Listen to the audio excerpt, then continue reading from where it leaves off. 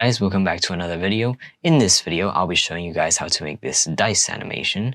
So without further ado, let's begin. Okay, let's begin. So to make a dice, it's very easy. You just need a cube, but the thing is we want the dots on it.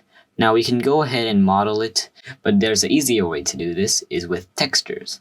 So now if we go to this material tab right here, and we click on this yellow button next to base color, we can select the image texture. So now when we click open, we can select the picture that I have linked in the description, and we just load it in. Now we can't see anything going on right now is because we're in solid view. So if we go to material preview, we can see that we got the dots on. But there's a little problem. The dots are really sloppy and it's not really properly mapped on. So here comes UV editing. So let's go over here to see what's going on. So as you can see, we have our image here, and we have like some dots here. Now, if you can't figure it out, this is basically a net of our cube or our model. So basically, when we have a model, we are able to unwrap it to a 2D plane so that we can put images or textures on it. So yeah, it's like putting a wrapper on a chocolate and you're able to unwrap it or something like that. So now we want to fix this, so let's rotate it by -90 degrees, and let's scale it on the X, and something like this. So now it fits. Yeah, so now if we go to material preview right here, we can see everything's great. So let's go to layout, and then select the modifier and add a bevel modifier. Then we can increase the amount and the segments. Then we can apply it and give it a shade auto smooth, and that looks way better. So now let's move it up, and there we go.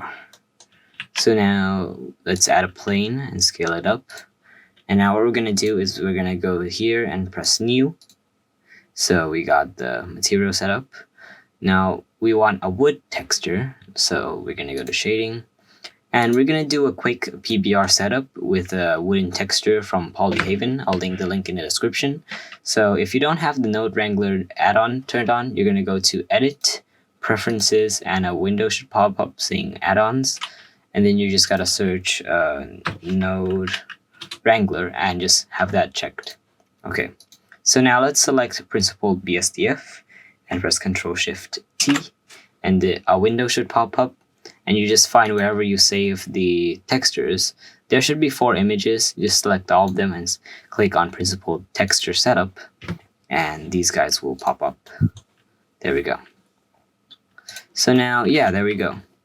And to set up the rigid body, we just gotta select our dice and go to the physics properties, which is right here, and go to rigid body, add a rigid body, and the plane, we're going to also add a rigid body, but we're going to not set it as active, but passive, so that it doesn't fall. So now if we run the animation, yeah, it works. It doesn't go through, everything works. So we can rotate the cube randomly, and then we can kind of do that. And there we go, nice. But to get the feeling of the thumbnail of the video, I'm going to add another plane, duplicate this one, move it over here, and kind of rotate it like this, kind of like this.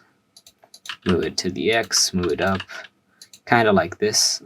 So now when you go in here, maybe we should scale it, scale this, and we should rotate this and move it to the X.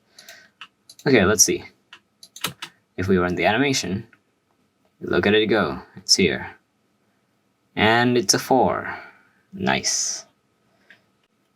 So yeah, that is it for this video. Thank you guys for watching.